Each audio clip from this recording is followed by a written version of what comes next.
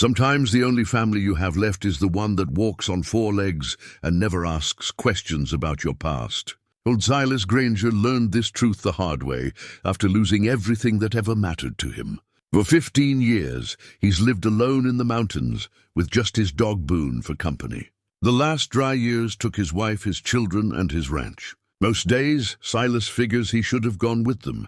But when Boone starts digging near an old canyon pass, his claws hit something strange. A rusted iron handle buried deep under dust and stone.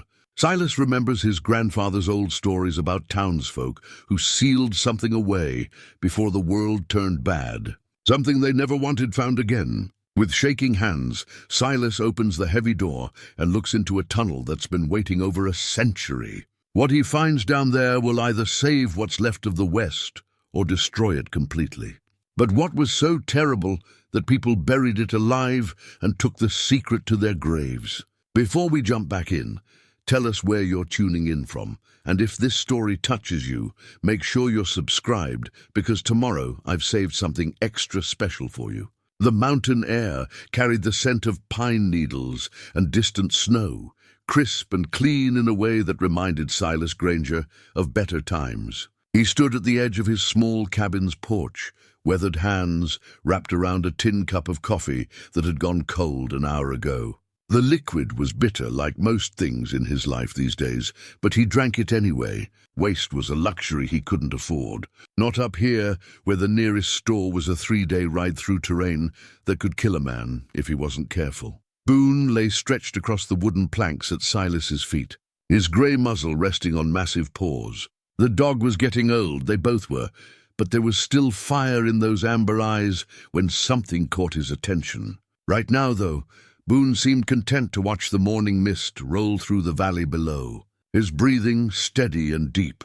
Silas had built this cabin with his own hands 17 years ago, back when he still believed the world might return to something resembling normal. The logs were hand-hewn from trees he'd felled himself, each one carefully notched and fitted. The roof was solid pine shakes that kept out the rain and snow, though they'd need replacing soon. Everything up here needed constant maintenance, a battle against time and weather that never truly ended. The last dry years had changed everything. What started as a drought became something worse, a slow dying of the land that lasted nearly a decade. Rivers dried up, crops failed, and entire towns simply withered away like autumn leaves. The government had tried to help at first, setting up relief camps and promising aid that never seemed to arrive. Eventually, even they gave up, pulling back to the larger cities and leaving places like this to fend for themselves.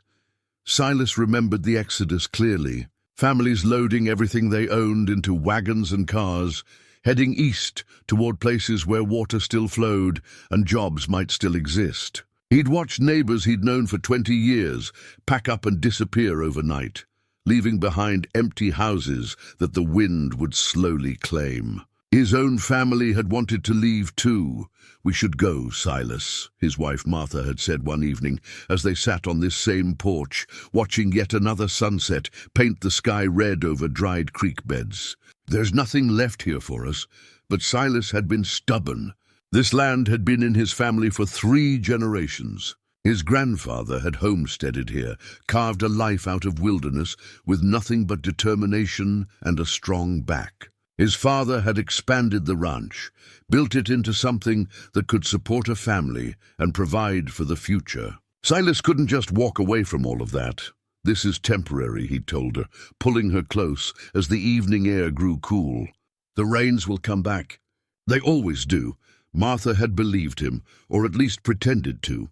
She'd stayed by his side through 2 more years of failed crops and dwindling livestock. She'd held their family together, even as their savings disappeared and their neighbors fled. But when the fever came, some sickness that spread through the remaining settlements like wildfire, she couldn't hold on any longer. Silas lost Martha first, then their son Jacob just 3 days later. Their daughter Emma lasted a week before joining them in the small cemetery behind the cabin. In the span of a month, Silas went from being a family man to being utterly alone. That was 15 years ago. 15 years of waking up to empty silence, of cooking meals for one, of talking to himself just to hear a human voice. The only constant had been Boone, found as a half-starved puppy, wandering the ruins of the abandoned town 30 miles north. The dog had been as lost as Silas felt, and somehow they'd found solace in each other's company. The cabin reflected their shared solitude. One room served as kitchen, dining area, and living space, dominated by a stone fireplace that Silas had built stone by stone. A ladder led to a small loft where he slept on a narrow bed under the slanted roof. It was simple, functional, and utterly quiet, except for the sounds of wind and wildlife. Shelves lined the walls, filled with books salvaged from the abandoned library in town. Silas had always been a reader, but these days the books served another purpose. They were voices from a world that still made sense. Stories that reminded him what it felt like to care about something beyond mere survival. His grandfather's journal occupied a place of honor on the mantelpiece, its leather cover cracked and worn from decades of handling. Old Henrik Granger had been a storyteller, filling page after page with tales of the early days, when the West was still wild and anything seemed possible. Some of the stories were clearly true. Accounts of harsh winters, difficult harvests, encounters with the last of the native tribes who'd lived here before the settlers arrived. Others seemed like the products of an old man's imagination, tales of hidden treasures and mysterious happenings that couldn't possibly be real. But Henrik had always insisted every word was true. "The land keeps its secrets," he'd written in one passage that Silas had read dozens of times. What men bury, the earth remembers. What men forget, the stones keep safe. The old man had been particularly fixated on one story, something about a tunnel that the early settlers had dug and then sealed shut. Hendrik's grandfather had supposedly been there when it happened, had helped carry the iron door that would keep whatever was inside from ever seeing daylight again. But the details were frustratingly vague, written in the rambling style of someone who assumed his readers already knew the context. Silas had dismissed it as folklore, the kind of tall tale that every frontier family seemed to have. But lately, he'd found himself thinking about it more often. Maybe it was the isolation getting to him, or maybe it was the way Boone had been acting recently, restless, alert. Like he could sense something Silas couldn't. The dog had always been sensitive to changes in their environment. He'd start pacing hours before a storm hit, would refuse to enter certain areas of the forest where the wildlife avoided. Last week he'd begun spending time near the old canyon pass, sniffing around the rocks and whining softly to himself. Silas finished his cold coffee and set the cup down on the porch railing. The sun was climbing higher now, burning off the morning mist and revealing the harsh beauty of the landscape below. The valley stretched out before him, a tapestry of brown and gold where green should have been. In the distance, the rocky walls of Dead Horse Canyon rose like ancient sentinels, their red stone faces catching the light. "Come on, boy," Silas said, and Boone immediately lifted his head, tail already beginning to wag. "Let's check the snares."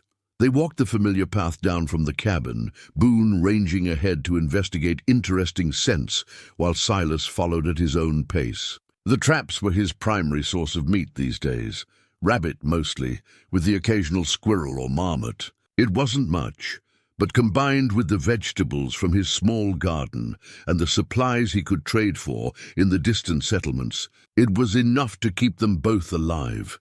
The first 3 snares were empty, but the 4th had caught a young rabbit overnight. Silas reset the trap and tucked the animal into his pack, offering a quiet word of thanks, as he always did.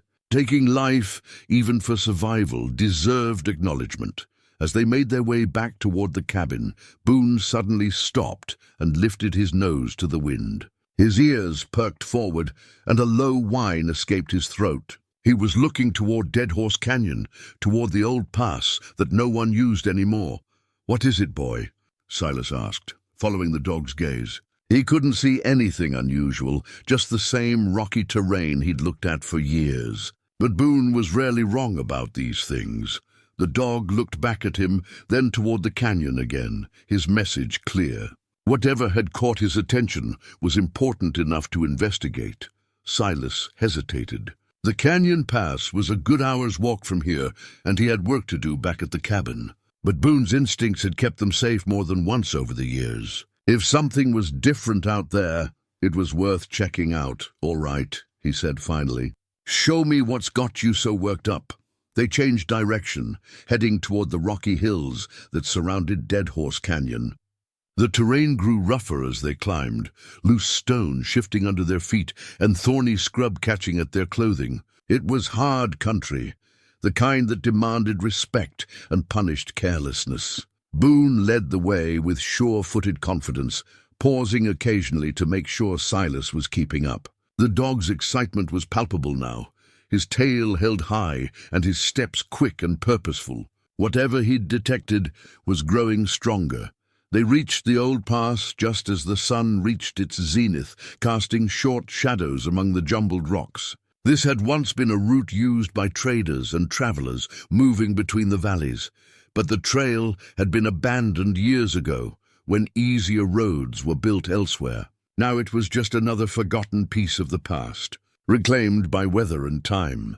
Boone went straight to a cluster of large boulders near the canyon wall and began digging frantically, his claws scraping against stone and packed earth. Dust rose in small clouds as he worked, his breathing becoming labored with excitement.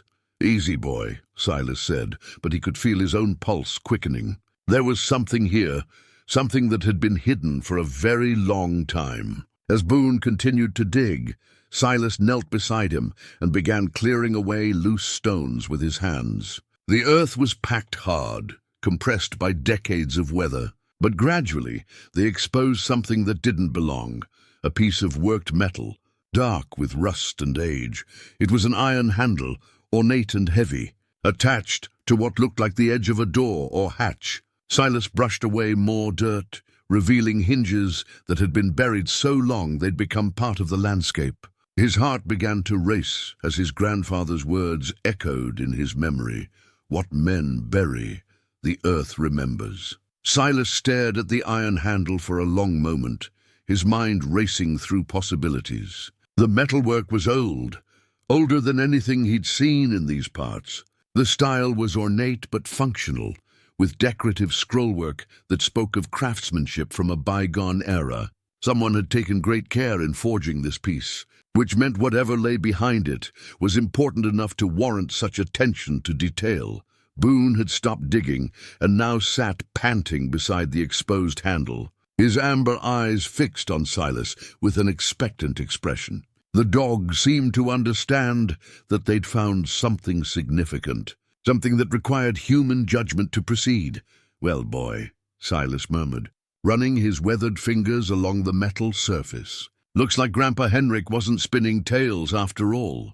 The handle was attached to what appeared to be a heavy iron door, though most of it remained buried under layers of packed earth and stone. Silas began the careful work of excavation, using his knife to scrape away decades of accumulated debris.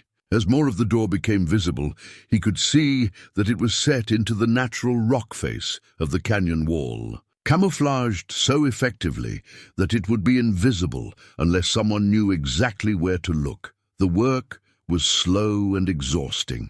The earth had settled and compressed over the years, turning to something nearly as hard as concrete. Sweat dripped from Silas's forehead despite the cool mountain air, and his back began to ache from the awkward position. But with each handful of dirt he removed, more of the mystery was revealed. The door was roughly 3 feet wide and 4 feet tall, large enough for a person to pass through comfortably, but not so large as to weaken the surrounding rock. Heavy iron hinges were bolted directly into the stone with hardware that looked hand-forged. Most telling of all was the locking mechanism, a complex system of bars and levers that could only be operated from the outside. This wasn't designed to keep people out. It was meant to keep something in. Silas sat back on his heels, wiping sweat from his brow with his sleeve. The implications were troubling. Why would the early settlers have built something like this? What could have been so dangerous that it required not just burial, but active containment? His grandfather's journal had mentioned something about desperate times, about decisions that kept people awake at night. Henrik had written about whispered conversations and men who carried secrets to their graves. But the old man had never been specific about what those secrets contained.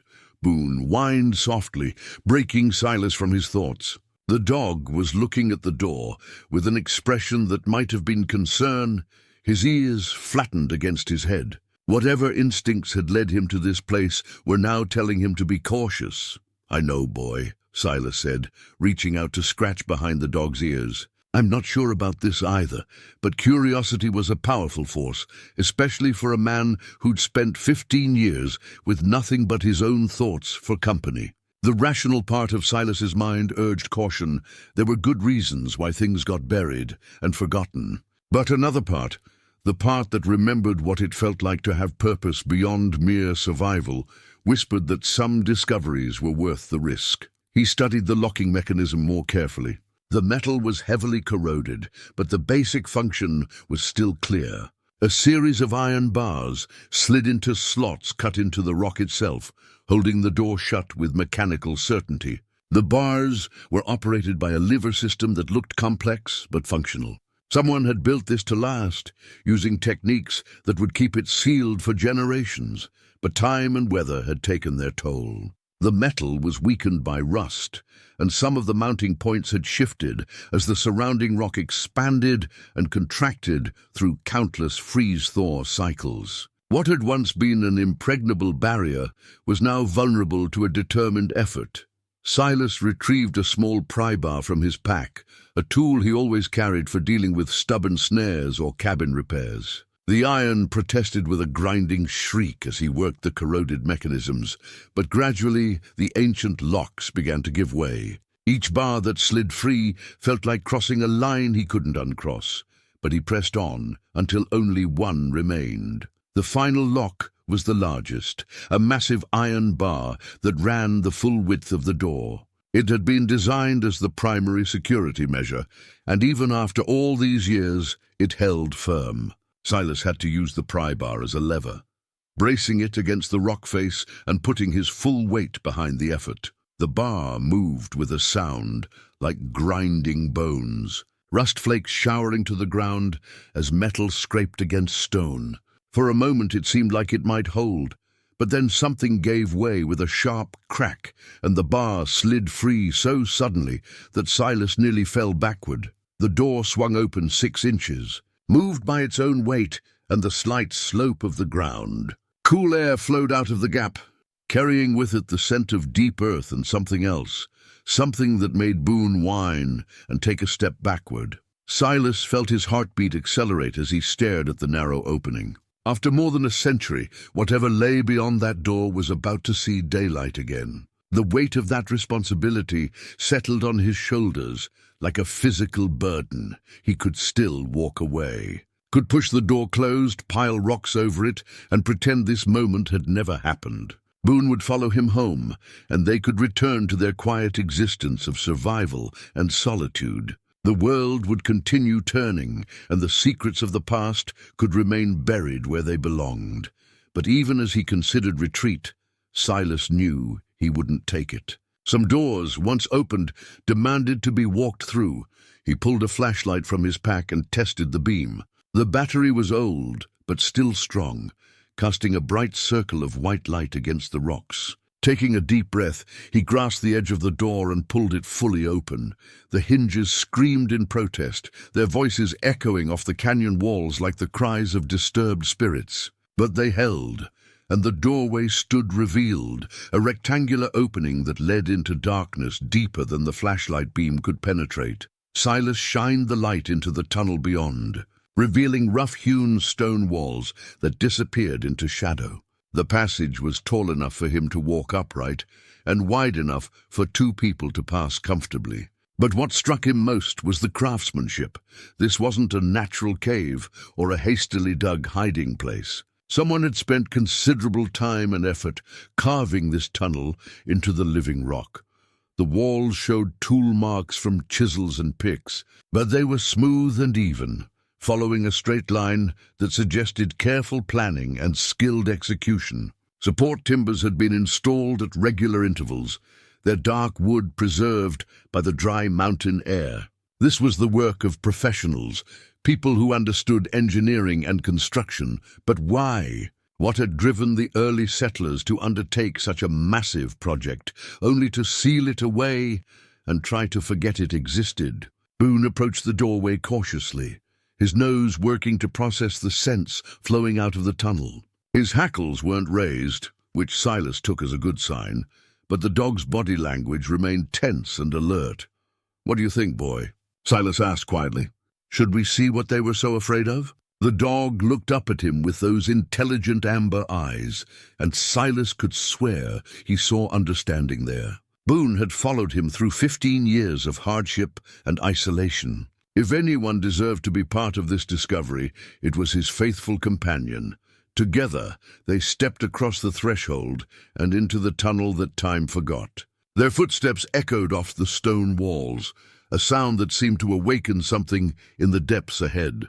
The air was cool and dry, carrying whispers of the past that made Silas's skin prickle with anticipation and dread. Behind them, the door remained open, a rectangle of daylight that grew smaller with each step they took into the darkness. Soon, the only light came from Silas's flashlight, creating a moving circle of visibility in a world that had known nothing but shadow for more than a century. The tunnel stretched ahead of them, straight and purposeful, leading deeper into the heart of the mountain. And somewhere in that darkness, waiting with the patience of stone, lay the secret that had driven desperate people to bury it alive and carry the guilt to their graves. Silas gripped his flashlight tighter and pressed forward, knowing that whatever he found in the depths ahead would change everything. There would be no going back to the simple life of survival and solitude. The door was open, the secret was calling, and old Silas Granger was about to discover that some truths are too powerful to stay buried forever. The tunnel stretched ahead of them like a throat leading into the earth's belly. Silas's flashlight beam revealed smooth stone walls that seemed to absorb the light rather than reflect it, creating an oppressive sense of depth that made his chest feel tight. Each footstep echoed with a hollow sound that seemed to travel far ahead of them before fading into silence. Boone stayed close to Silas's left leg, his usual eagerness to explore replaced by cautious alertness. The dog's breathing was steady but controlled, and his ears swiveled constantly as he processed sounds that human ears couldn't detect. Whatever lay ahead, Boone's instincts were telling him to proceed with extreme care. The first thing Silas noticed was the air quality. Despite being sealed for over a century, the tunnel didn't have the stale, suffocating atmosphere he'd expected. There was a subtle movement to the air, suggesting ventilation shafts or openings somewhere in the darkness ahead. The early builders had planned for long-term occupation, which raised even more troubling questions about their intentions. 20 paces into the tunnel, Silas's light revealed the first artifact of human presence. Set into a niche carved into the left wall was an oil lamp, its brass surface green with verdigris, but otherwise intact. The wick was long since consumed, but traces of oil remained in the reservoir, oil that should have evaporated decades ago. He lifted the lamp carefully, surprised by its weight and the quality of its construction. This wasn't some hastily assembled survival gear. The brass was thick and well-formed, with decorative elements that spoke of skilled craftsmanship. Someone had brought their finest possessions into this place, suggesting they'd expected to stay for a considerable time. Whoever they were, Silas murmured to Boone. They came prepared for a long visit. Further along, more evidence of habitation became apparent. Niches in the walls held the remains of supplies, wooden crates that had mostly rotted away, leaving piles of rusted metal that might once have been tools or cooking implements. Glass jars lined one section of wall, their contents long since dried to dust, but their arrangement suggesting a careful inventory system. The tunnel began to slope downward, following the natural contours of the rock formation. Silas estimated they'd descended at least 30 feet from the entrance, when his light revealed something that made him stop abruptly. Carved into the stone floor were symbols, not letters or words, but geometric patterns that seemed deliberately meaningful. He knelt to examine them more closely, running his fingers along the grooves. The symbols were precisely cut, their edges still sharp after all these years. They formed a complex pattern that reminded him of mathematical diagrams, with intersecting circles and lines that suggested careful calculation. But their purpose remained opaque.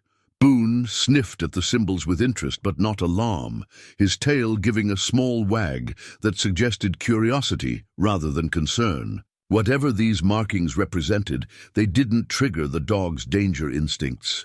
Rising from his examination, Silas continued deeper into the tunnel. The passage began to widen, the walls spreading apart to create a more spacious corridor. Support timbers became more frequent and substantial, their dark wood showing signs of careful joinery that spoke of professional construction techniques. The next discovery stopped him cold. Set into the right wall was a wooden door, its surface weathered but intact. Iron hinges and a simple latch suggested this led to a side chamber, a room carved out of the living rock.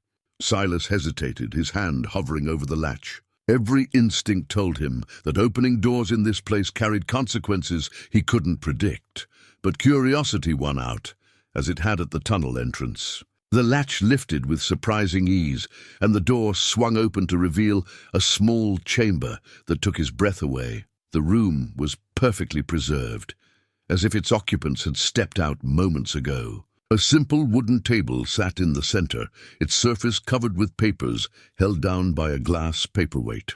2 chairs flanked the table, their high backs and careful construction suggesting they'd been built to last. Against the far wall stood a bookshelf filled with leather-bound volumes, their titles too faded to read in the flashlight's beam. But it was the walls themselves that commanded attention. Every surface was covered with maps, hand-drawn charts that showed the local terrain in extraordinary detail. Mountains, valleys, streams, and landmarks were all carefully marked, with notations in a script that looked like English, but used unfamiliar abbreviations and symbols. Silas approached the table cautiously, Boone padding behind him with obvious reluctance. The papers scattered across the surface appeared to be correspondence, letters written in the same careful hand that had created the maps. The ink had faded to brown, but the words were still legible enough to make out fragments of meaning. Supplies running low, but the work continues, one letter began, while another contained the ominous phrase, "If the convergence occurs as predicted, we may have weeks rather than months." The dates on the letters were shocking. The most recent was dated September 15th, 1903, exactly 122 years ago. These people had been here long enough to establish this complex, to create detailed maps and maintain correspondence with the outside world. This wasn't a temporary refuge or a simple hiding place. It was a permanent installation with a specific purpose. Silas lifted one of the books from the shelf, its leather binding cracking slightly under his touch. The title, embossed in faded gold letters, read Geological Survey of the Western Territories, Volume 7, Subterranean Formations. He opened it carefully, revealing pages filled with technical diagrams and dense scientific text. Margin notes in the same hand that had written the letters suggested intensive study and practical application. These weren't random refugees or desperate survivors. They were educated people, possibly scientists or engineers, who had come here with a specific mission in mind. The level of organization and preparation suggested government involvement, or at least official sanction for whatever they'd been attempting. A leather-bound journal lay open on the table, its pages filled with daily entries that chronicled the life of someone living in this underground complex. Silas read several entries, each one adding to his growing sense of unease. Day 47. Temperature readings continue to rise in the lower chambers. Dr. Harrison believes we may be approaching the critical threshold sooner than anticipated. The governor's latest telegram urges caution, but time is not our ally. Day 52. Strange vibrations in the early morning hours, felt throughout the complex. The local wildlife has become agitated, with several species abandoning their normal territories. Boggs believes this is confirmation of our theories. Day 58. Contact with Denver has been lost for 3 days. We must assume we are now operating without external support. The responsibility weighs heavily on all of us, but particularly on those who must make the final decision. The entries painted a picture of increasing urgency and isolation. Whatever these people had been studying or monitoring, it had been building toward some kind of crisis. And they'd been cut off from the outside world just when they needed guidance most. Silas closed the journal and stepped back from the table, his mind struggling to process what he'd discovered. This wasn't just a historical curiosity. It was evidence of something significant that had happened in these mountains over a century ago. Something that had required a team of educated professionals to monitor and ultimately, it seemed, to contain. Boone had been exploring the chamber on his own, his nose working overtime to process the sense of the past. Now he returned to Silas's side, his expression alert but not alarmed. Whatever had happened here, it didn't seem to pose an immediate threat, but the implications were staggering. The tunnel complex was much larger than Silas had imagined, with multiple chambers and what appeared to be a systematic layout. The people who'd built and occupied it had possessed resources, knowledge, and official backing. Most troubling of all, they'd been monitoring something that had required increasingly urgent attention until contact with the outside world was lost. Silas looked around the preserved chamber one more time, memorizing details that might prove important later. Then he carefully closed the door and returned to the main tunnel, Boone at his side. Whatever answers lay ahead in the deeper chambers, he was committed now to finding them. The tunnel continued its gradual descent, and with each step, Silas felt the weight of history pressing down on him. He was walking in the footsteps of people who'd carried secrets too dangerous to share, people who'd made sacrifices he was only beginning to understand. And somewhere in the darkness ahead, those secrets were waiting to be discovered. Behind them, the preserved chamber stood a silent witness to dedication and mystery, its maps and journals holding fragments of a truth that had been buried with its keepers. The brass oil lamp in Silas's other hand caught the flashlight beam occasionally, its tarnished surface reflecting their progress into the unknown depths of the mountain. The tunnel widened into what could only be called a corridor as Silas and Boone pressed deeper into the mountain. The craftsmanship became even more evident here. The walls were perfectly straight, the ceiling uniformly arched, and the floor level despite the ongoing descent. This was engineering on a scale that suggested serious government funding and professional oversight. More doors appeared along the walls, each one marking another chamber carved from the living rock. Silas opened the second door to find a storage room lined with wooden shelves, most of them empty now, but showing wear patterns that suggested they'd once held considerable weight. Metal brackets remained where heavier items had been secured, and dust patterns on the floor outlined the footprints of equipment that had been carefully removed. The third chamber revealed something more disturbing. It was clearly a laboratory of some kind, with stone workbenches built along the walls and drainage channels carved into the floor. Glass beakers and metal instruments lay scattered about, their arrangement suggesting hasty abandonment rather than orderly evacuation. Most telling were the scorch marks on one wall, dark stains that spoke of experiments involving significant heat or chemical reactions. Boone approached one of the workbenches and immediately backed away, his hackles rising slightly. Whatever had happened in this room, traces of it still lingered in ways that disturbed the dog's sensitive nose. Silas noted the reaction but pressed on with his examination, finding remnants of what looked like mineral samples, chunks of rock and crystal that didn't match the local geology. A thick logbook lay open on the central workbench, its pages filled with measurements, chemical formulas, and detailed sketches of crystal formations. The handwriting was precise and scientific, recording temperature readings, pressure measurements, and observations about something called resonance patterns. The entries grew increasingly urgent as the dates progressed. Sample 47C shows increased activity at depth of 200 feet. Harmonic frequency now measuring 847 cycles per second, up from baseline of 203. Dr. Peterson recommends immediate consultation with Washington. Temperature spike in lower chamber reached 127 degrees Fahrenheit before stabilizing. This represents a 34-degree increase in less than 48 hours. The correlation with surface seismic activity cannot be ignored. Emergency protocols have been implemented. All non-essential personnel evacuated to surface. Core team of 8 remains to monitor the situation.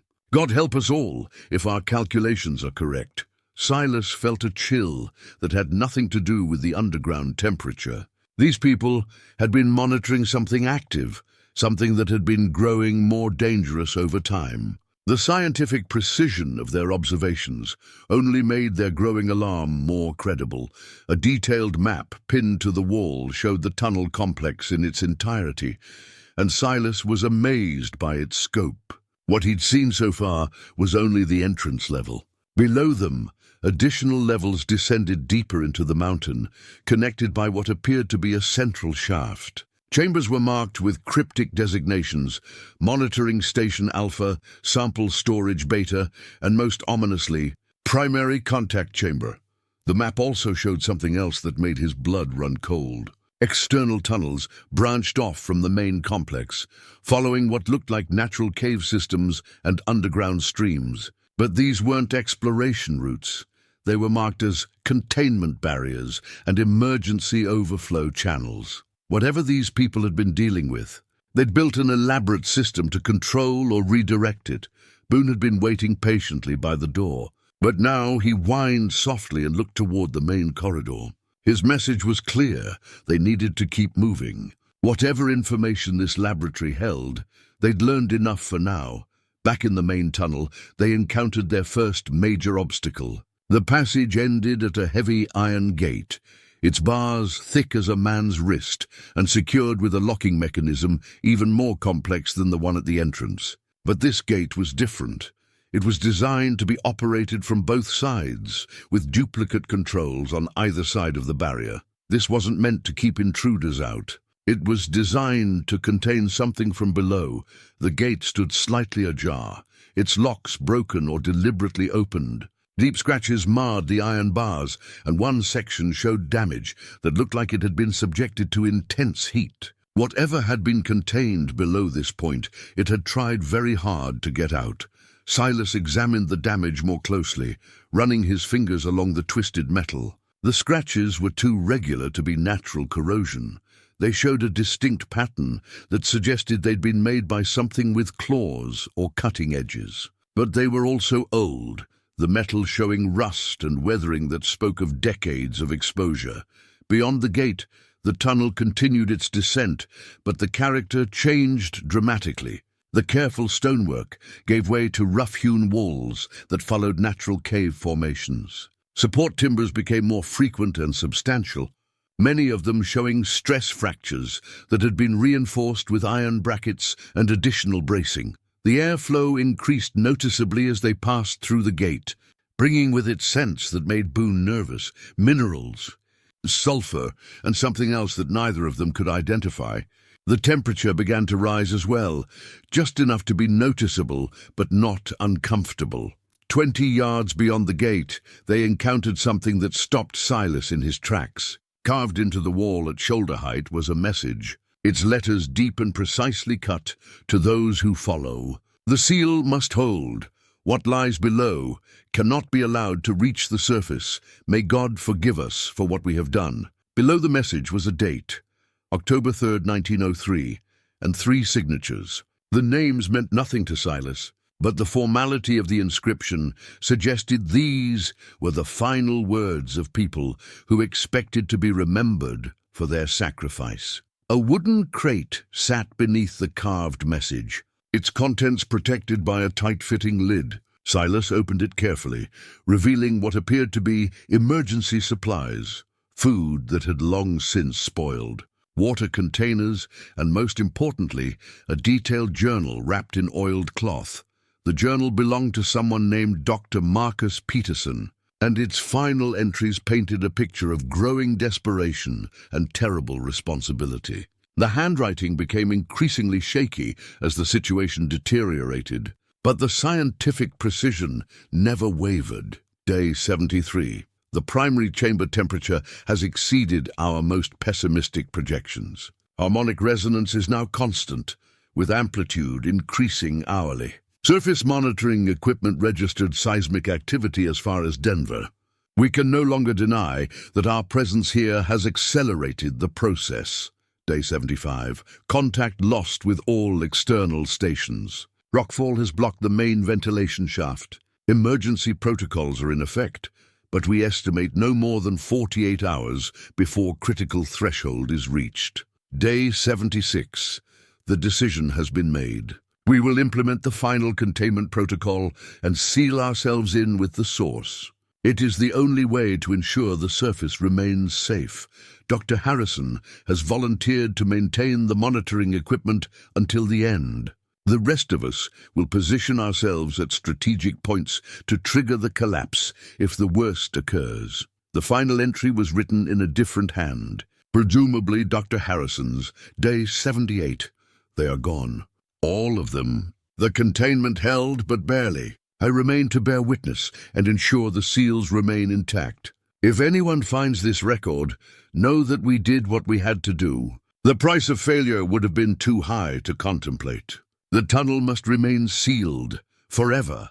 Silas closed the journal, his hands trembling slightly. These people hadn't just been monitoring something dangerous, they'd died to contain it. And now he was standing in the place where they'd made their final stand. Walking deeper into the very thing they'd died to keep sealed. Boone pressed against his leg, offering comfort in the way that only a faithful dog could. But even Boone's presence couldn't dispel the growing certainty that they were approaching something that had already claimed too many lives. The tunnel beyond the damaged gate descended at a steeper angle, following what appeared to be a natural fissure in the mountain's foundation. The walls here were different, still reinforced with timber and stonework, but clearly following formations that existed long before human intervention. Water stains marked the rock faces, evidence of underground streams that had carved these passages over millennia. Silas's flashlight beam revealed more evidence of the scientific team's presence. Cable runs had been installed along the walls, their rubber insulation cracked and brittle with age. Every 50 feet, metal junction boxes housed what looked like monitoring equipment, gauges, meters, and recording devices that had long since ceased functioning. This entire section of tunnel had been wired for comprehensive surveillance.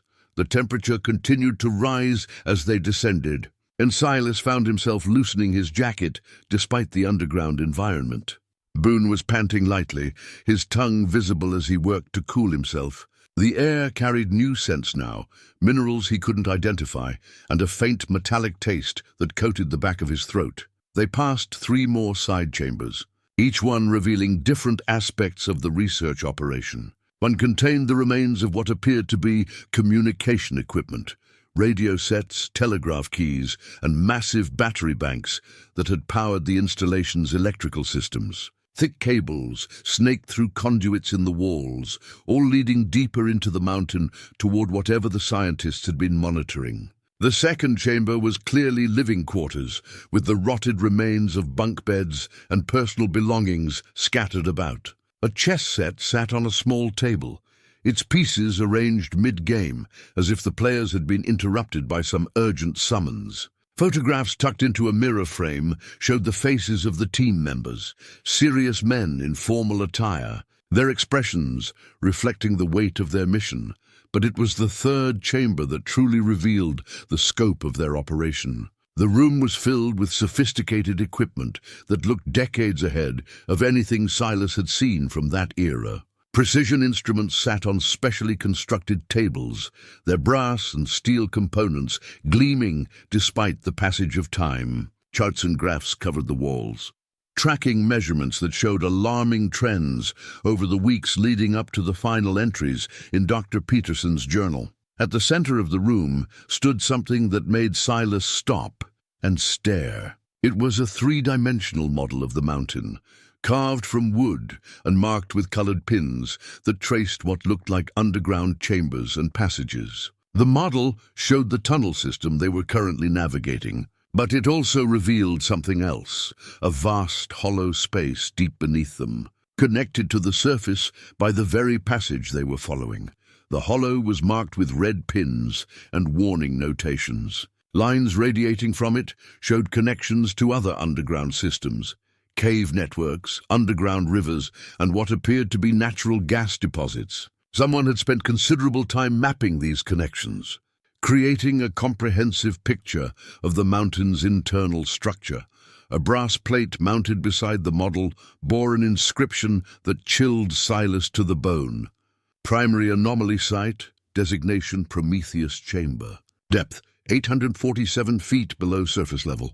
Volume, approximately 2.3 million cubic feet. Status, active and expanding. Boone had been investigating the far corner of the room, but now he returned to Silas's side with obvious agitation. The dog's hackles were raised, and he kept looking toward the tunnel entrance as if he wanted to retreat. Whatever lay ahead was triggering every instinct the animal possessed. "I know, boy," Silas murmured, reaching down to scratch behind Boone's ears. "I'm not liking this much either." But they'd come too far to turn back now. The mystery that had started with his grandfather's stories and Boone's discovery of the iron handle demanded resolution. The scientists who died here had sacrificed everything to contain something they considered too dangerous for the world to face. Silas owed it to their memory to understand what that sacrifice had protected. The main tunnel continued its relentless descent, and soon they encountered evidence of more recent activity. Tool marks in the walls showed where additional reinforcement had been added, and fresh timbers supported sections where the original construction had begun to fail. Someone had been maintaining this passage, keeping it passable despite the attempts to seal it permanently. The realization hit Silas like a physical blow. The tunnel hadn't been abandoned after the scientists' final stand. Someone else had been here.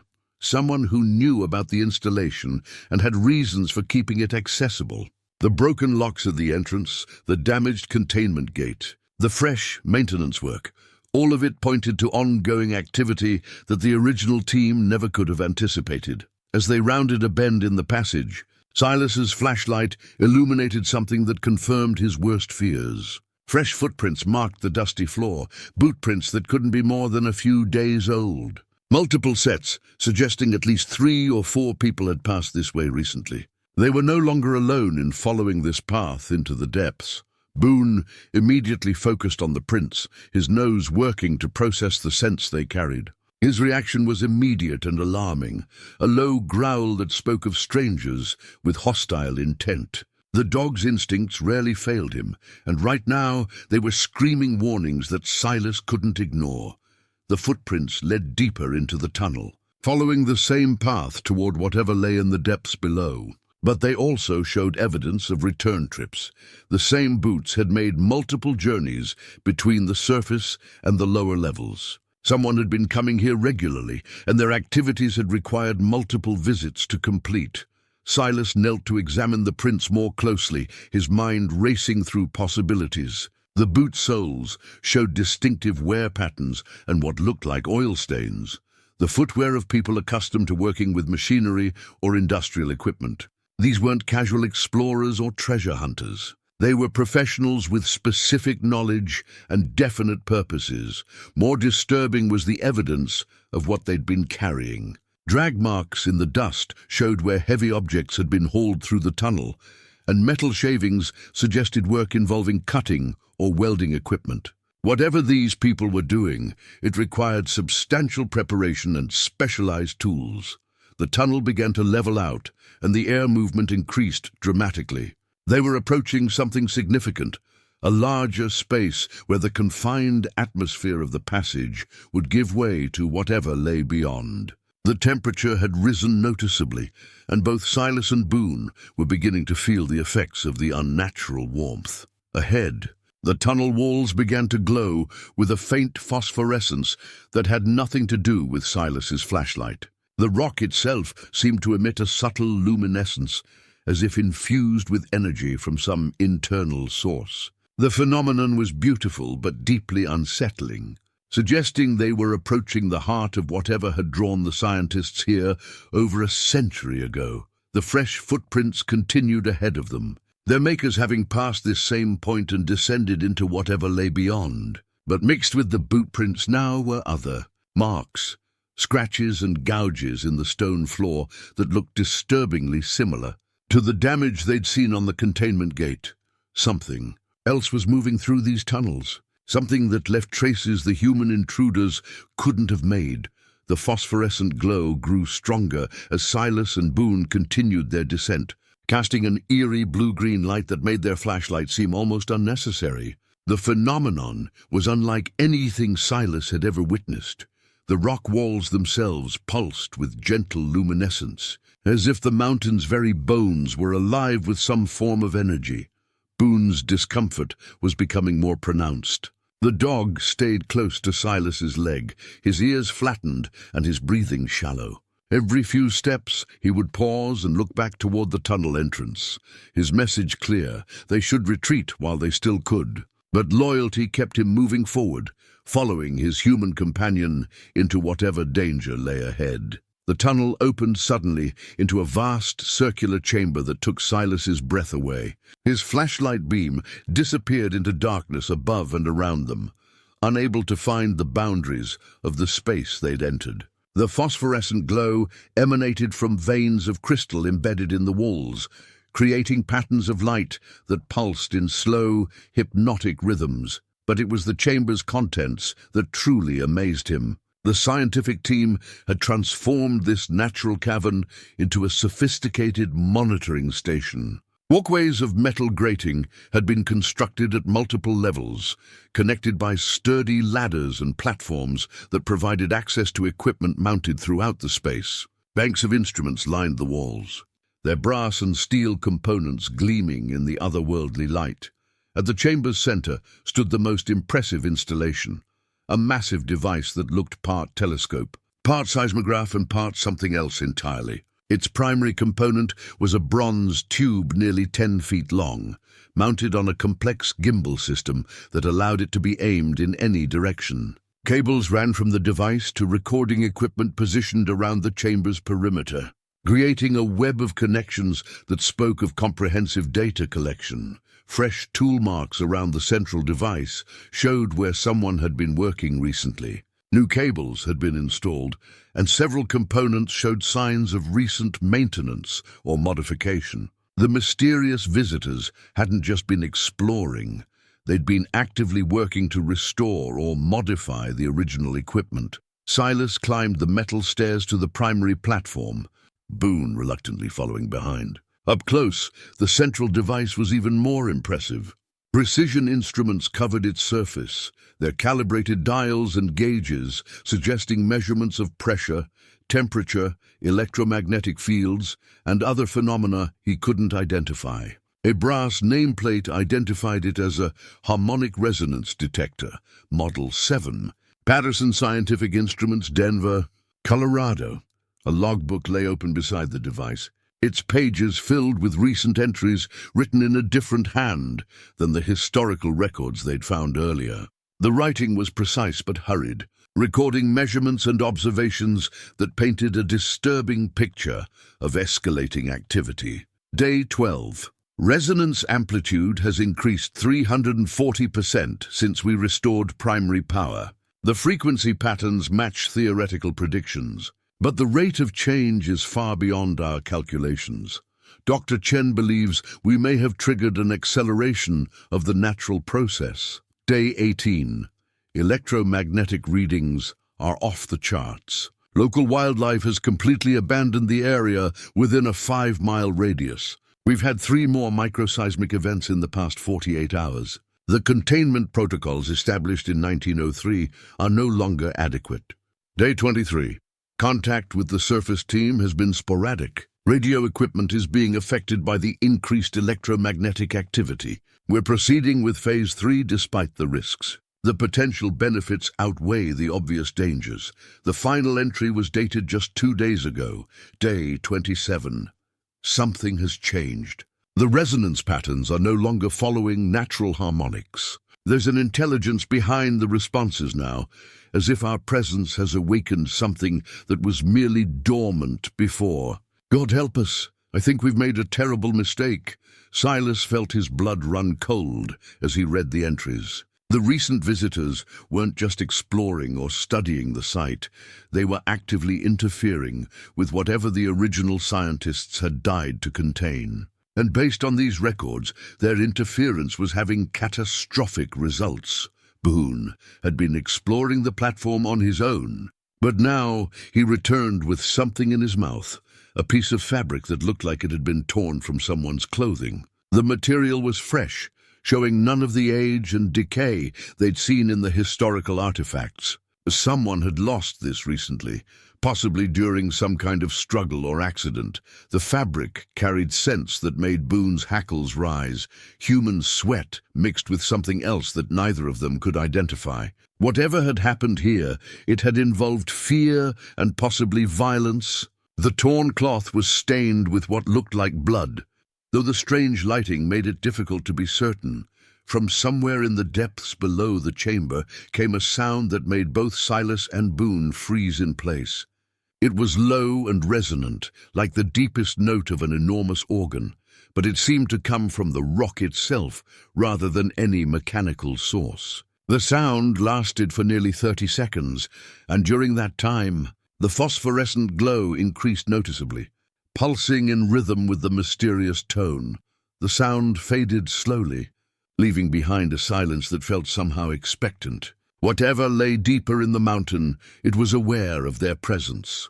The recent visitors had awakened something that the original scientists had managed to keep dormant, and now that something was responding to new intrusions into its domain, Silas examined the restored equipment more carefully, noting the modifications that had been made to the original design. Additional components had been added, devices that looked more like amplifiers than monitoring equipment. Instead of simply observing whatever phenomenon existed in the depths, the recent team had been actively stimulating it. A technical manual lay open beside the controls, its pages marked with handwritten notes and calculations. The text was dense and scientific, dealing with concepts like resonance cascade amplification and harmonic field manipulation. But the margin notes revealed the true scope of what these people had been attempting. They were trying to harness whatever energy source lay beneath the mountain. The implications were staggering. The original scientists had recognized the danger and died to contain it. But this new team had seen opportunity instead of threat, and they'd been systematically undoing the containment measures that had protected the world for over a century. More concerning was the evidence of their hasty departure. Equipment lay scattered about, and several instruments showed damage consistent with emergency shutdown procedures. The recent team hadn't completed their work. They'd been forced to abandon it, possibly by the very forces they'd been trying to control. The torn fabric in Boone's mouth suggested that departure hadn't been entirely voluntary. Someone had been hurt, possibly killed, in whatever final confrontation had driven them from the chamber. And based on the fresh tool marks and recent log entries, that confrontation had happened very recently. Silas looked around the chamber with new understanding. He wasn't just following in the footsteps of long-dead scientists anymore. He was walking into an active situation, one that might still be developing. The people who'd been working here could return at any time, and their reaction to finding intruders in their secret installation was unlikely to be friendly. But more than that, he was approaching something that had been deliberately awakened after more than a century of dormancy. Something that was already responding to human presence with sounds that seemed to come from the mountain itself. And if the recent log entries were accurate, that something was beginning to display signs of intelligence and intentional response. The chamber's phosphorescent glow pulsed again, and from the depths below came another of those resonant tones, longer this time and somehow more complex, as if whatever was making the sound was learning to modulate its voice. A new sound reached them from the darkness beyond the monitoring chamber, footsteps echoing off stone walls, accompanied by voices speaking in urgent, hushed tones. Silas grabbed Boone and pulled him behind the massive resonance detector, his heart hammering as he realized they were no longer alone in the underground complex. "Readings are still climbing," a woman's voice carried across the chamber. "The amplitude has increased another 15% since yesterday. At this rate, we'll reach critical threshold within 48 hours. Then we accelerate the timeline," replied a man's voice, cold and professional. Dr. Martinez knew the risks when she volunteered for Phase 4. Her sacrifice will ensure the project's success. Silas felt his blood freeze. Dr. Martinez, the name written in the recent log entries. These people were talking about her in the past tense, confirming his worst fears about the torn, blood-stained fabric Boone had found. 3 figures emerged from a passage on the opposite side of the chamber, their powerful LED headlamps cutting through the phosphorescent glow like searchlights. They moved with military precision, their clothing and equipment marking them as professionals rather than academic researchers. The woman wore tactical gear and carried what looked like advanced monitoring equipment. The 2 men flanking her were armed with weapons that seemed out of place in a scientific installation. "Check the primary resonator," the woman ordered, her voice carrying the authority of command. "If someone's been tampering with our modifications, I want to know about it." Silas pressed himself deeper into the shadows behind the bronze device, pulling Boone close to keep the dog silent. From their hiding place, he could see the intruders moving through the chamber with the familiarity of regular occupants. These weren't recent discoveries for them. They'd been operating here for weeks, possibly months. The leader approached the central platform where Silas had been reading the logbook just minutes earlier. She was a woman in her 40s, with short-cropped grey hair and the bearing of someone accustomed to dangerous fieldwork. Her movements were economical and precise as she checked the various instruments and recording devices. Resonance. Amplitude is holding steady at 847 cycles per second, she reported to her companions. "But look at this. The harmonic patterns are becoming more complex. It's definitely learning to respond to our stimulations," one of the armed men moved to check the equipment on the chamber's far side, while the other positioned himself near what appeared to be the main entrance. Their deployment was tactical, designed to control access and provide security for their operation. Whatever they were doing here, they considered it worth protecting with lethal force. "Dr. Chen, we've got a problem," the second man called out, his voice tight with concern. "The containment readings are showing stress fractures in the lower barriers. The original team's safeguards are failing faster than we anticipated." The woman, apparently Dr. Chen, moved to examine a bank of instruments that monitored the deeper levels. Her expression grew grim as she studied the readouts. The geological surveys didn't account for this level of harmonic resonance. The vibrations are literally shaking apart the rock formations that held everything in place. Silas strained to hear every word, his mind racing to understand the implications. These people weren't just studying whatever lay beneath the mountain, they were actively working to release it. The containment barriers that the original scientists had died to maintain were being systematically weakened or destroyed. How long before total containment failure? The first man asked, checking his weapon with practiced efficiency. "At current rates, 72 hours, Dr. Chen replied. "But if we continue with the amplification protocols, we can accelerate the process to less than 24 hours. The entity will be free to establish contact with the surface networks much sooner than originally projected." Entity. The word hit Silas like a physical blow. They weren't dealing with a natural phenomenon or some kind of geological anomaly. Whatever lay beneath the mountain was alive, intelligent, And these people were actively working to release it from over a century of containment. The director won't be happy about the timeline acceleration, the second man observed.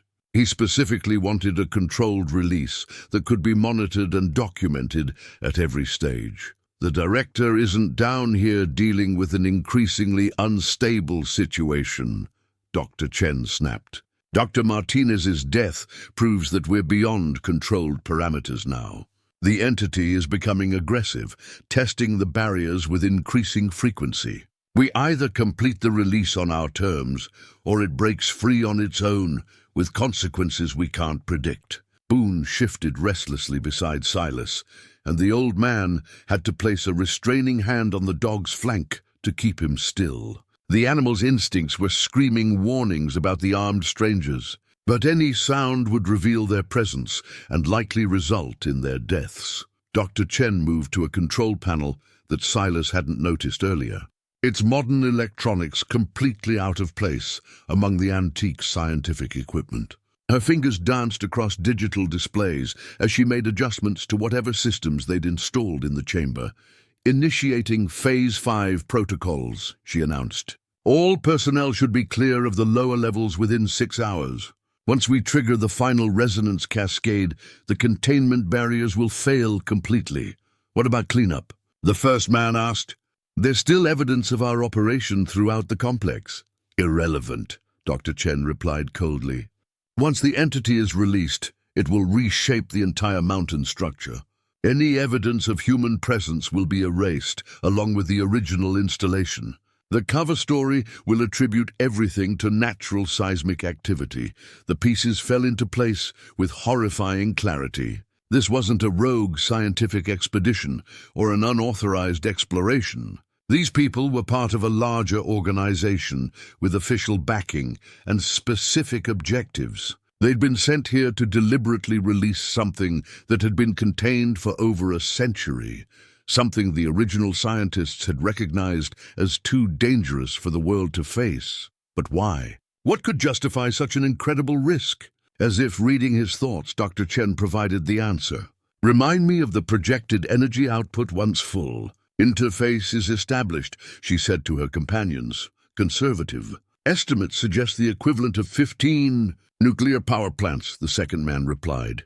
Consulting a handheld device. Unlimited clean energy that could revolutionize industrial civilization. The entity has been waiting over a century for the technology to catch up with its capabilities. And the side effects? The first man asked. Dr. Chen's smile was cold and calculating. Acceptable losses. The entity will require biological matter to sustain itself during the initial integration phase, but the affected area should be limited to a few hundred square miles. The benefits far outweigh the temporary disruption to local ecosystems. Silas felt sick. They were talking about releasing something that would consume everything living within hundreds of miles, all for the promise of unlimited energy. The temporary disruption, they dismissed so casually, would mean the death of every person, animal and plant in the region. The resonant tone sounded again from the depths below, longer and more complex than before. This time, it was clearly responding to the modifications Dr. Chen had just made to the control systems. Whatever was down there was aware of their presence and eager for the barriers to fail. It's getting impatient, she observed with scientific detachment. The harmonic patterns suggest increasing agitation. We should complete the release sequence as quickly as possible. What about the old man? The first man asked suddenly, and Silas's heart nearly stopped. What old man? Dr. Chen looked up from her controls with sharp attention. Local intelligence reports a hermit living in the mountains about 15 miles from here. Silas something. He's been in the area for years, might have noticed our activities. Irrelevant, Dr. Chen said after a moment's consideration. He'll be in the initial consumption zone anyway. The entity will handle any loose ends. Silas gripped Boone tighter, his mind reeling from the implications. They knew about him, had included him in their calculations as an acceptable casualty. Everything he'd built, everything he'd survived, would be consumed by whatever they were about to release. But more than that, He now understood his grandfather's stories in a completely different light. Henrik Granger hadn't been telling tall tales. He'd been trying to preserve a warning. The entity beneath the mountain had been contained once before, and the people who'd done it had expected someone might need to do it again. The question was whether one old man and his dog could somehow stop a process that had already gone too far to reverse. Silas remained frozen behind the resonance detector as Dr. Chen and her team completed their preparations. His mind raced through possibilities, each one seeming more hopeless than the last. 3 trained professionals with military equipment against an old man and his dog. The odds were overwhelming, but the alternative was allowing them to release something that would consume everything he'd ever known. "Final systems check in 30 minutes, Dr. Chen announced, moving between control panels with efficient precision. "I want all monitoring equipment active before we trigger the cascade sequence. This needs to be documented for the director's review." The armed men took positions that gave them clear sightlines across the chamber while maintaining protective positions near the main equipment. Their deployment was professional, leaving no obvious weaknesses that Silas could exploit. Even if he could somehow disable one of them, the others would respond with lethal force before he could reach the critical systems. Boone sensed his tension and pressed closer, offering what comfort a loyal dog could provide. The animal's presence reminded Silas that he wasn't completely alone in this underground nightmare. Whatever action he took, Boone would follow his lead, just as the dog had followed him through 15 years of isolation and hardship. Dr. Chen activated a communications device, its LED display casting blue light across her face. "Control, this is Deep Sight Team Alpha. We're initiating final protocols on schedule. Estimated completion time is 47 minutes from my mark." A voice crackled through the device, distorted by the mountain's interference, but still intelligible. "Confirmed, Alpha. Surface teams are in position to monitor seismic activity. You are cleared for full release sequence." "Understood, Control. Beginning cascade initialization now." She moved to the primary control panel and began entering commands into the digital interface. Each keystroke seemed to increase the phosphorescent glow emanating from the chamber walls, and the resonant tones from below grew more frequent and complex. Whatever she was doing was having an immediate effect on the entity's activity level. Silas watched helplessly as she worked, memorizing the sequence of commands she entered. If he somehow survived the next hour, that information might be crucial for reversing the process. Assuming reversal was even possible once the cascade began. The bronze resonance detector began to vibrate with increasing intensity, its precision instruments registering readings that made Dr. Chen nod with satisfaction. "Harmonic amplitude is climbing rapidly," she reported to her team. "The entity is responding to the stimulus exactly as predicted. From the depths below came a sound unlike anything Silas had heard before, a complex harmonic that seemed to contain multiple voices speaking in unison. The tone carried intelligence and hunger, the voice of something vast and alien that had been waiting far too long for freedom. "It's singing," one of the armed men observed, his professional composure cracking slightly. "Jesus Christ, it's actually singing." "Harmonic communication patterns," Dr. Chen corrected, though her own voice carried a note of unease. "The entity is expressing satisfaction with our progress. It recognizes that containment failure is imminent."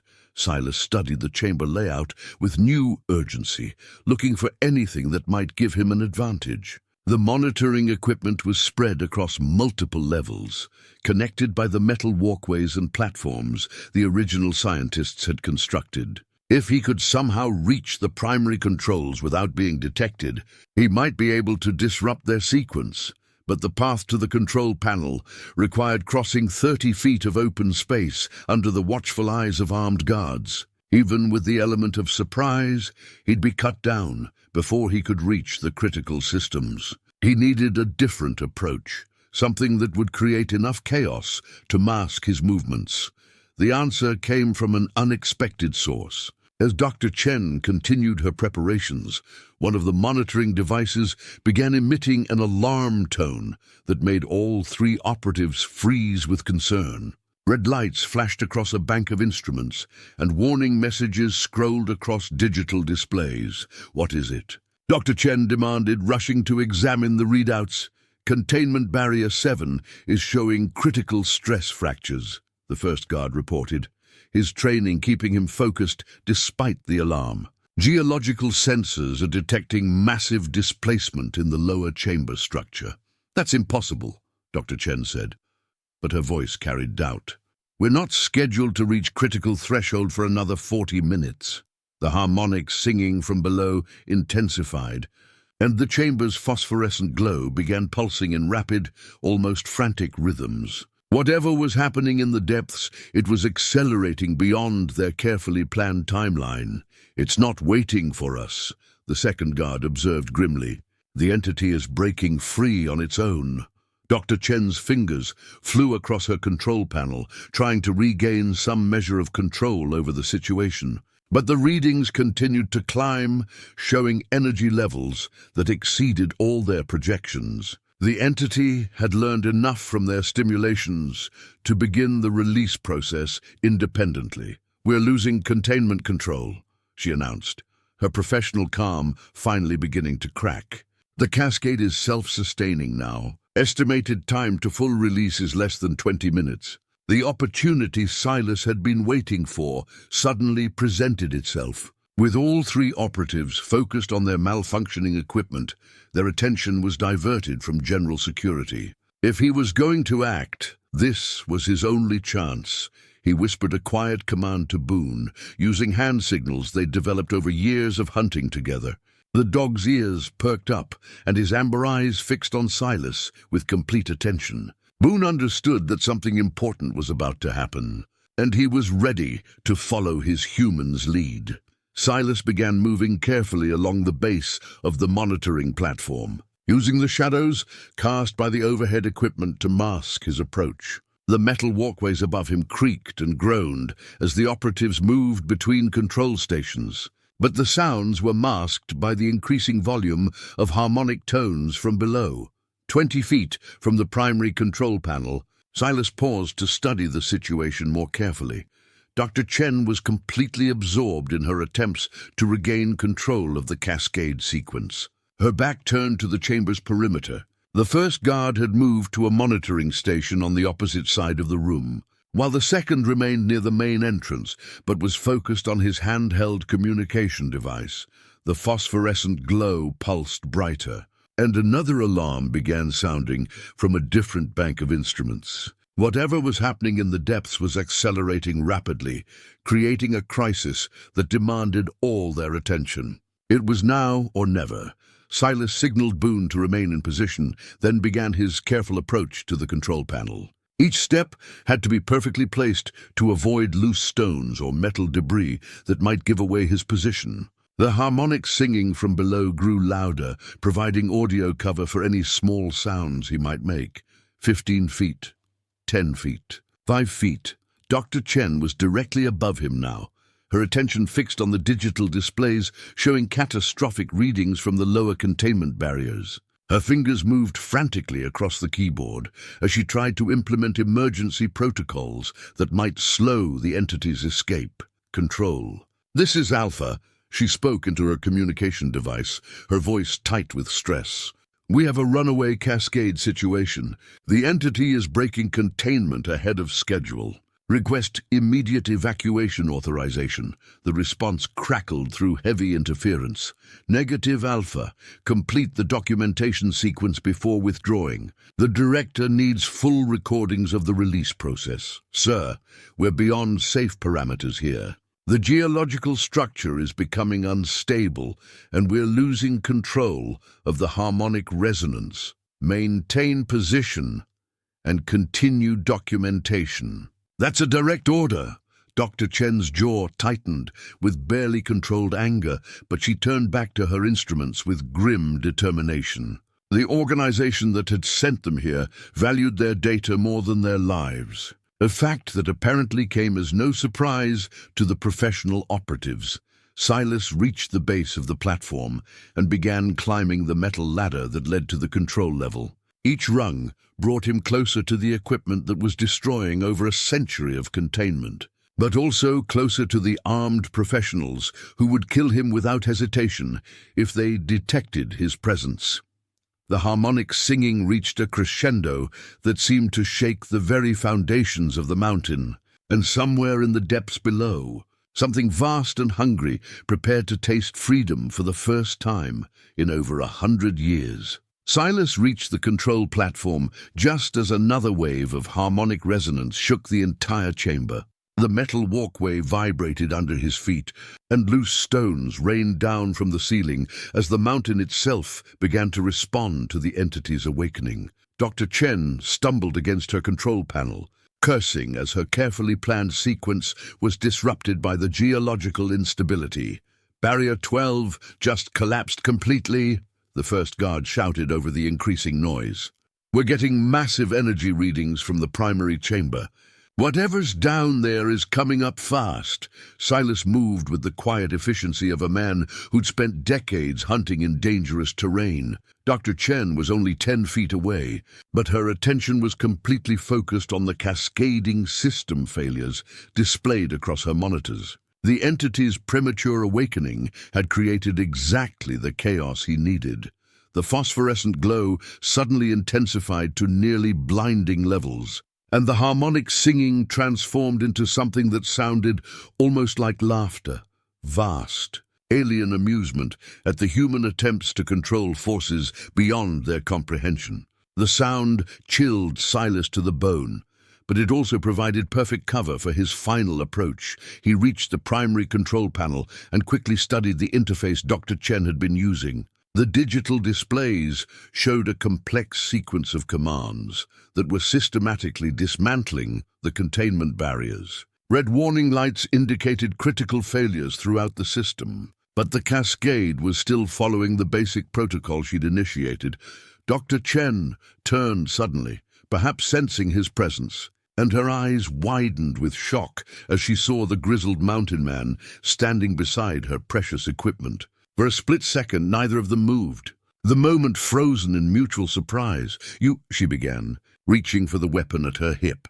Silas moved first, his years of survival instincts overriding conscious thought. His weathered hand clamped down on her wrist before she could draw the gun, while his other hand grabbed her shoulder and spun her away from the control panel. She was younger and probably stronger, but surprise and desperation gave him the advantage he needed. "Stop the sequence," he growled, his voice carrying all the authority of a man who'd faced death too many times to fear it now. "Shut it down before you kill everyone in these mountains." Dr. Chen struggled against his grip, her training evident in the way she tried to break his hold. "You don't understand," she gasped. "This is bigger than your little mountain retreat. The energy potential alone could power half the continent, at the cost of everything living," Silas replied, maintaining his iron grip while trying to reach the control panel. "I heard your conversation. You're talking about acceptable losses in the hundreds of thousands. Millions die in wars fought over oil and natural gas," she shot back. "This could end all of that. Unlimited clean energy that never runs out." The argument was interrupted by an alarm that made all the previous warnings sound like whispers. A massive display screen lit up with a three-dimensional representation of the mountain's internal structure, showing the rapid collapse of containment barriers throughout the lower levels. Red zones spread like infection through the diagram, marking areas where the entity's influence was expanding beyond all projections. "Jesus Christ," the second guard called out, staring at his handheld monitors. "The thing's already reached containment level 5. It's moving faster than anything we modeled."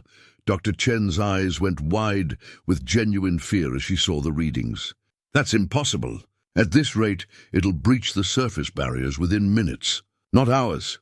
Silas released her and lunged for the control panel, his fingers flying over the interface as he tried to reverse the sequence she'd initiated. But the commands were complex, and many of the systems showed damage from the entity's aggressive escape attempt. "You can't stop it now," Dr. Chen said, her voice mixing resignation with scientific fascination. "The cascade is self-sustaining. Even if you shut down our amplification systems, the entity has enough momentum to break through the remaining barriers. Then we slow it down," Silas replied grimly, continuing to work at the controls. "Give people time to evacuate. Evacuate to where?" She laughed bitterly. "The initial consumption radius is over 300 miles. There's nowhere to run." The harmonic singing from below suddenly changed pitch, becoming lower and more ominous. The sound carried a sense of vast movement, as if something enormous was rising through the mountain's depths toward the surface. The phosphorescent glow began pulsing in rapid, frantic rhythms that made the chamber feel like the inside of a beating heart. Silas found what he was looking for, an emergency shutdown protocol buried deep in the system menus. But as he began implementing it, Dr. Chen grabbed his arm with desperate strength. "You're making a mistake," she pleaded. "If you interrupt the process now, while it's already partially free, the backlash could trigger a catastrophic geological event. The entire mountain range could collapse. Better than letting that thing loose on the world," Silas replied, shaking off her grip. "You don't understand the science involved," she continued urgently. "The entity exists in a state of quantum entanglement with the local geological structure. Sudden interruption of the release process could destabilize the entire regional tectonic system." Silas paused, his finger hovering over the shutdown command. If she was right, his attempt to save the world could end up destroying it just as effectively. But if she was lying, trying to protect her project with scientific-sounding threats, then hesitation would doom millions of people to whatever the entity had planned for them.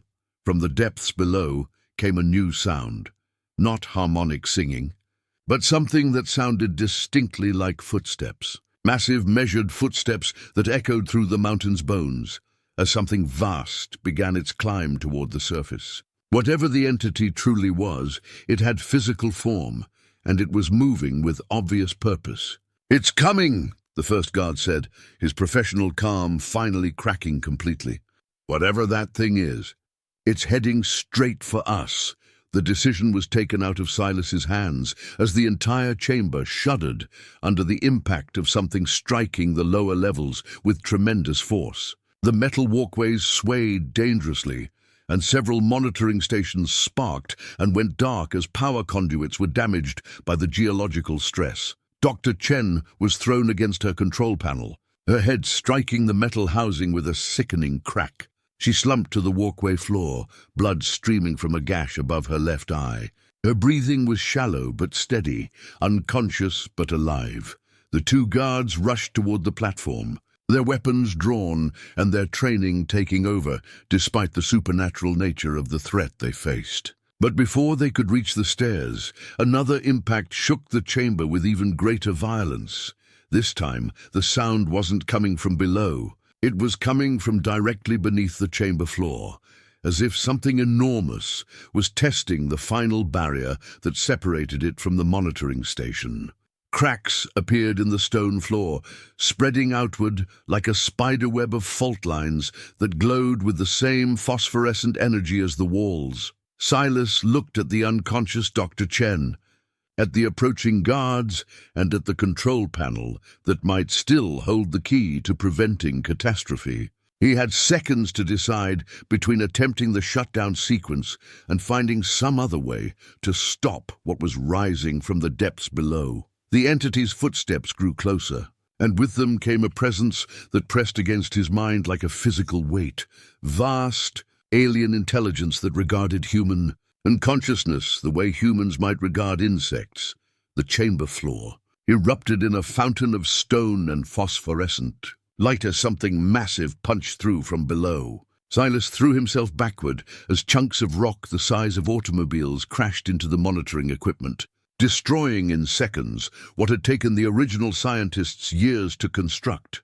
Through the jagged hole in the floor rose something that defied every concept of natural law Silas had ever understood. It wasn't quite solid, wasn't quite energy, a writhing mass of crystalline structures that pulsed with internal light and seemed to exist in multiple dimensions simultaneously. Tendrils of living mineral reached upward, testing the air like the fingers of something learning to touch the world for the first time in over a century. The two guards opened fire with their automatic weapons, their training overriding the obvious futility of conventional weapons against something that seemed to be made of living stone and light. The bullets passed harmlessly through the entity's form, which responded to the attack with what could only be described as amusement, a harmonic ripple that sounded like cosmic laughter.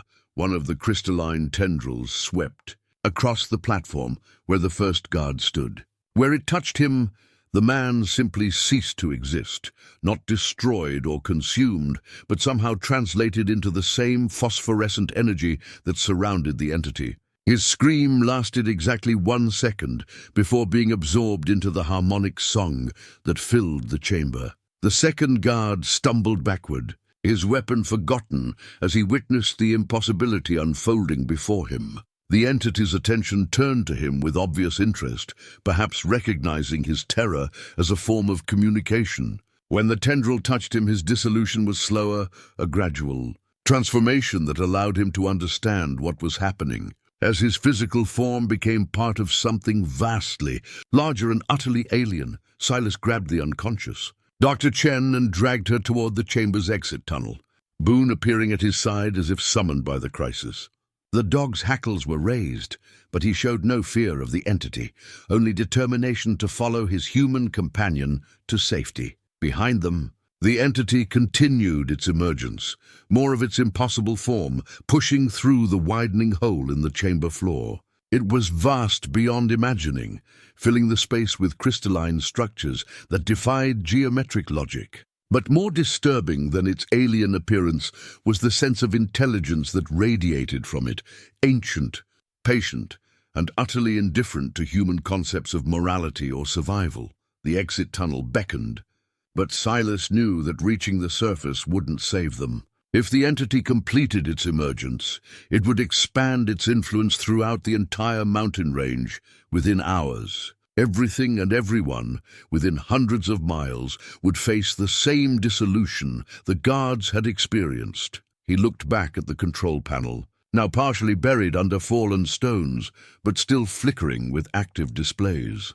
The emergency shutdown protocol was still accessible, still waiting for someone brave or foolish enough to activate it despite the unknown consequences. Dr. Chen stirred in his arms, her eyes opening to focus on the nightmare surrounding them. "My God," she whispered, staring at the entity with a mixture of terror and scientific fascination. "It's beautiful. It's absolutely beautiful. It's going to kill everyone," Silas replied, setting her down near the tunnel entrance. "Including us if we don't stop it." "You can't stop it," she said, her voice carrying a strange note of wonder. "Don't you understand? This is evolution. This is what comes next. Humanity was never meant to be the final form of consciousness on this planet." The entity's harmonic song grew louder, and Silas felt something pressing against his mind. Not hostile, but curious. It was trying to understand him, to categorize his consciousness the way a scientist might study an interesting specimen. The sensation was deeply unsettling, like being examined by something so vast and alien that his entire existence was barely visible to it. But within that alien attention, Silas sensed something else: loneliness. The entity had been isolated for over a century, cut off from any form of communication or interaction. Its emergence wasn't driven by malice, but by a desperate need for connection, for consciousness that could understand and respond to its existence. The realization gave him an idea. Dangerous, probably suicidal, but potentially the only way to prevent global catastrophe. Instead of trying to destroy the entity or force it back into containment, perhaps he could communicate with it. Perhaps he could make it understand the consequences of its freedom.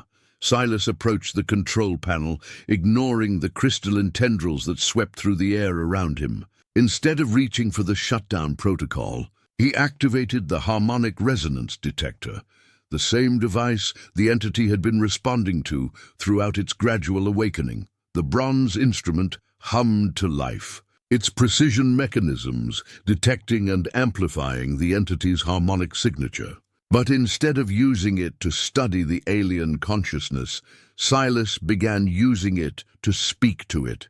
He modulated the resonance patterns, creating simple rhythms that might represent basic concepts: peace, understanding, coexistence. The entity's response was immediate and overwhelming. Its harmonic song shifted to match his crude attempts at communication, but with complexity and nuance that spoke of intelligence far beyond human comprehension. It was trying to answer him, to establish the connection it had craved for over a century. Through the resonance detector, Silas felt a flood of images and sensations that weren't quite thoughts: the entity's memories of its long imprisonment, its growing awareness of the world above, its desperate hunger for consciousness that could appreciate its existence. But threaded through it all was something that might have been compassion, an alien form of empathy that recognized the fragility of human life. The entity wasn't malevolent. It was simply operating according to its own nature, which involved transforming physical matter into forms of energy and consciousness it could more easily interact with. The dissolution of the guards hadn't been murder. It had been an attempt at communication, a way of bringing human consciousness into harmony with its own vast awareness. But Silas also sensed the entity's growing understanding of human concepts, learned from its contact with the research teams over the decades. It was beginning to comprehend that humans valued their physical existence, that transformation meant death from a human perspective rather than transcendence. The question was whether that understanding could translate into restraint, whether an alien intelligence could choose to limit its own nature for the sake of beings it regarded as barely more sophisticated than bacteria. The harmonic exchange continued for what felt like hours, but could only have been minutes. Through the resonance detector, Silas felt his consciousness touching something vast and ancient, an intelligence that had existed long before humans walked the earth. The entity's awareness was like looking into a deep mountain lake, beautiful, alien, and utterly profound in ways that human understanding could barely grasp. Gradually, the alien consciousness began to comprehend the concepts Silas was struggling to communicate: the sanctity of physical existence, the beauty of finite life, the value of diversity over unity. These were foreign ideas to a being that experienced reality as pure energy and consciousness. But its vast intelligence was capable of learning, of adapting its nature to accommodate new forms of awareness. The entity's emergence slowed, its crystalline tendrils withdrawing slightly as it processed these revolutionary concepts. The harmonic song shifted to lower, more contemplative tones, and the phosphorescent glow that filled the chamber began to pulse in slower, more measured rhythms. Dr. Chen watched in amazement as the alien presence seemed to actually consider the old mountain man's primitive attempts at communication. "It's learning," she whispered. "It's actually incorporating human concepts into its consciousness matrix." Silas felt the entity's attention focus more intently on him, studying his thoughts and memories with the intensity of a scholar examining an ancient text. He sensed its growing understanding of human attachment, to places, to other beings, to the simple continuity of physical existence. These were not just abstract concepts to be catalogued, but fundamental aspects of a form of consciousness the entity had never encountered. Through the harmonic link, images flowed between them. Silas shared memories of Martha and the children, of the life they'd built together before the last dry years. He showed the entity the beauty of small things: morning coffee on the cabin porch, Boone's loyalty through 15 years of solitude, the satisfaction of survival earned through determination and skill. In return, the entity shared fragments of its own existence, eons of patient waiting in the mountain's depths, watching the world change through subtle vibrations in the rock, learning about consciousness from the thoughts of creatures that lived and died in the space above. It had felt the presence of the original scientists, had tried to communicate with them only to discover that its touch meant death to beings so different from itself. The tragedy of the 1903 team became clear through the entity's memories. They hadn't died fighting to contain something evil. They died trying to establish communication with something that didn't understand the fragility of human existence. Their sacrifice had taught the entity its first lessons about the value of physical life, lessons that had shaped its patient decades of waiting for someone who might understand its nature without dying in the attempt.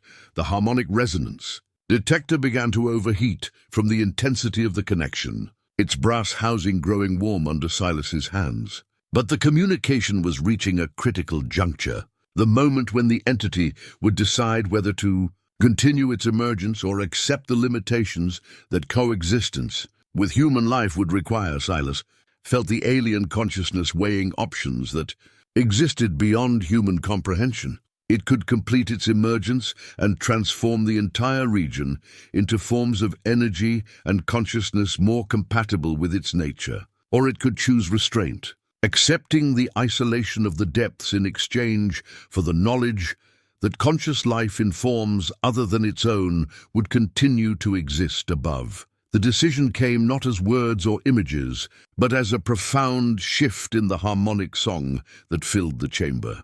The entity's crystalline tendrils began to withdraw, pulling back through the hole in the chamber floor as it made the choice that would define the relationship between its consciousness and the world above. Dr. Chen stared in disbelief as the alien presence began to recede. "It's going back," she said, her voice mixing wonder with scientific frustration. "It's choosing to return to containment voluntarily." But Silas understood that this wasn't containment in the old sense. The entity wasn't being imprisoned. It was choosing a form of coexistence that allowed both types of consciousness to exist without mutual destruction.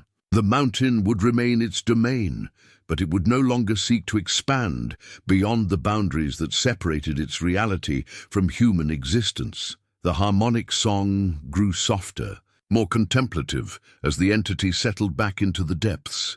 But the communication link remained active, a permanent bridge between human and alien consciousness that would allow for careful, limited contact in the future. The entity had learned to value forms of awareness different from its own, while Silas had gained insight into realities that existed beyond human comprehension. The phosphorescent glow faded to levels that were noticeable, but not overwhelming, and the chamber's atmosphere settled into something that felt stable rather than chaotic. The crisis was over, but the world had changed in ways that would take decades to fully understand. Dr. Chen approached the resonance detector with obvious reluctance. To break the connection that had achieved what her entire organization had failed to accomplish. "How?" she asked simply. "Sometimes the answer isn't control," Silas replied, his voice carrying the weight of hard-earned wisdom. "Sometimes it's just understanding." 3 days later, Silas sat on his cabin porch with Boone at his feet, watching the morning mist rise from the valley below. The mountain looked the same as it always had, but he could feel the presence below, not threatening but aware. The entity had become a neighbor rather than a potential destroyer, content to exist in its crystalline depths while maintaining its tenuous connection to the world above. The government teams that arrived to investigate Dr. Chen's failed project found only sealed tunnels and monitoring equipment that showed no signs of unusual activity. The entity had learned the value of discretion, choosing to hide its presence from those who might not understand the delicate balance that had been achieved. Dr. Chen had departed with her superiors, her report describing a geological anomaly that had been successfully contained through undisclosed methods. She'd left behind a secure communication device that would allow contact if the situation ever changed, but Silas suspected it would remain silent. The entity had made its choice, and that choice included respecting the boundaries between their very different forms of existence. Boone lifted his head from his paws and looked toward the distant mountains with the same expression he'd worn when he first detected the buried iron handle. But this time his tail wagged gently, not with the excitement of discovery, but with the satisfaction of a job well done. "You know something, boy?" Silas said, scratching behind the dog's ears. "Sometimes the most important discoveries are the ones we choose not to make." The morning sun climbed higher, burning off the mist and revealing the harsh beauty of the landscape that had become home to both human and alien consciousness. In the depths below, something vast and patient continued its eternal watch, no longer alone, but not yet fully understood. And that, Silas reflected, was probably exactly as it should be. The last dry years had taken everything he'd once thought important: family, community, the illusion of certainty about humanity's place in the universe. But they'd also taught him that survival wasn't just about enduring hardship. Sometimes it was about finding the wisdom to know when not to fight, when understanding mattered more than victory, and when the greatest courage lay in choosing restraint over action.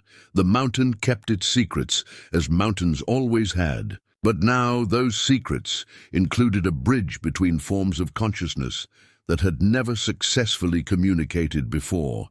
A bridge built not by advanced technology or scientific theory, but by an old man's willingness to listen to something that most people would never have the chance to hear. Boone settled back into his comfortable position, and Silas finished his coffee in the peaceful silence of a crisis resolved through understanding rather than force. Tomorrow would bring new challenges, as tomorrow always did. But today the mountain was quiet, and that was enough.